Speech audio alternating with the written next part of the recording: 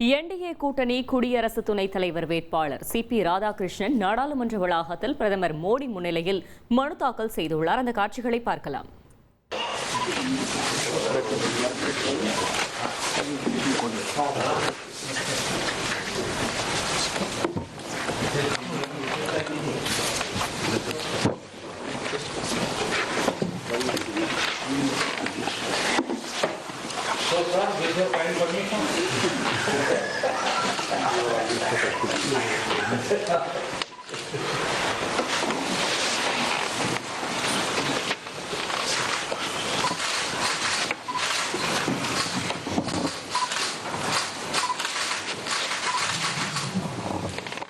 இது குறித்த கூடுதல் தகவலை செய்தியாளர் ரமேஷ்குமார் வழங்க கேட்கலாம்.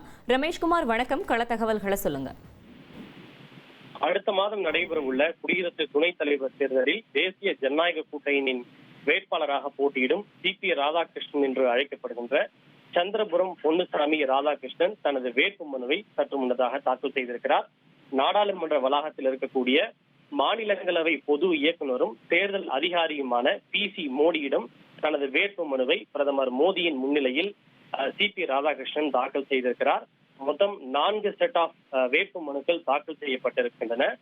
ஒவ்வொரு வேட்பு மனுவையும் தலா 20 பேர் முன்மொழிந்தும் தலா 20 பேர் வழிமொழிந்தும் இந்த வேட்பு மனுவை தாக்கல் செய்திருக்கின்றனர். முதல் வேட்பு மனுவை பிரதமர் மோடியே சிபி ராதாகிருஷ்ணனை ஆதரித்து முன்மொழிந்து தனது கைகளாலேயே வேட்பு மனுவை தேர்தல் அதிகாரியான PC மோடியிடம் அவர் வழங்கி இருக்கின்றார். இந்த நிகழ்வில் பிரதமர் மோடி மட்டுமில்லாது உள்துறை அமைச்சர் அமித்ஷா, பாதுகாப்புத்துறை அமைச்சர் ராஜ்நாத் சிங் உள்ளிட்ட பாஜக தேசிய ஜனநாயக கூட்டணியை சார்ந்த முக்கியமான தலைவர்கள், கூட்டணி கட்சிகளை சார்ந்த தலைவர்கள் மற்றும் நாடாளுமன்ற உறுப்பினர்கள் பலரும் கலந்து கொண்டனர். கிட்டத்தட்ட 150க்கும் மேற்பட்ட நாடாளுமன்ற உறுப்பினர்கள் இந்த வேட்புமனு தாக்கல் செய்யும் நிகழ்விலே கலந்து கொண்டிருக்கிறார்கள்.